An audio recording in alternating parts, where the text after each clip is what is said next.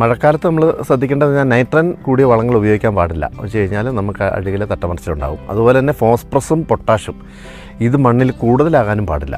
കൂടുതലായി കഴിഞ്ഞ് കഴിഞ്ഞാലും അജീർണം പോലുള്ള അസുഖങ്ങൾ ചെടികളിലുണ്ടാവും. അതുപോലെ തന്നെ കോപ്പർ കണ്ടൻറ്റ് കൂടുതലുള്ള സംഭവങ്ങൾ കൂടുതലായിട്ട് കൊടുക്കില്ല. കോപ്പർ കൂടുതലായിട്ട് കൊടുത്തു കഴിഞ്ഞാൽ വേര് ചുരുണ്ടു പോകും, വളമെടുക്കാല. ഇതാണ് മഴക്കാലത്ത് നമ്മൾ പ്രത്യേകമായിട്ട് ശ്രദ്ധിക്കേണ്ടത്. അത് രാസവളങ്ങളെ സംബന്ധിച്ചാണ് ഞാൻ കൂടുതൽ പറഞ്ഞത്. എന്നാൽ ജൈവവളങ്ങളിലേക്ക് പോകുമ്പോഴത്തേക്കും ഈ കണ്ടൻറ്റുകൾ ജൈവാംശത്തിൽ കൂടുതൽ വരുന്നതുകൊണ്ട് ഇതിൽ ദോഷം വരുന്നില്ല. അത് അത്ര കൂടുതൽ വരാനും പോകുന്നില്ല. അത് ജൈവ കൂട്ടുകളുടെ ഭാഗമായിട്ടത് ചെടി എടുത്തോളും, പല തവണയായിട്ട് എടുത്തോളും.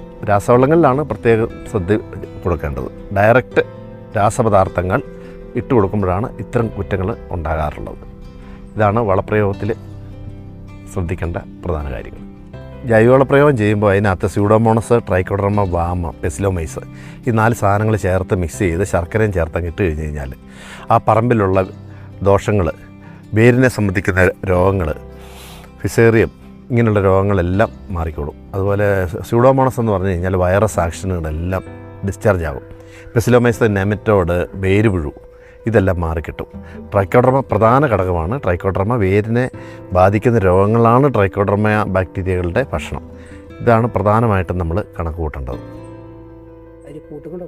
ഇതിൻ്റെ കൂട്ടം എന്ന് പറഞ്ഞാൽ നമുക്കൊരു 400 ചെടിക്ക് ആണല്ലോ 1 ഏക്കർ നമ്മൾ കണക്ക് കൂട്ടുന്നത്. ആ 400 ചെടിക്ക് നമ്മളൊരു 400 കിലോ ജൈവവളത്തിനകത്ത് 10 കിലോ വെച്ച് സ്യൂഡോമോണസ്, ട്രൈക്കോഡർമ, പെസിലോമൈസ്, വാം ചേർത്ത് 5 കിലോ ശർക്കരയും കൂടെ പൊട്ടിച്ച് മിക്സ് ചെയ്തിട്ട് ചെടിയുടെ ചുവട്ടിൽ അകത്തും പുറത്തുമായിട്ട് തൂളി കൊടുക്കുക. നനവുണ്ടെങ്കിൽ മാത്രമേ ഇത് വർക്കാവുള്ളൂ. അപ്പം നനവുള്ളതിനനുസരിച്ച് കറക്റ്റ് വർക്കായിക്കോളും.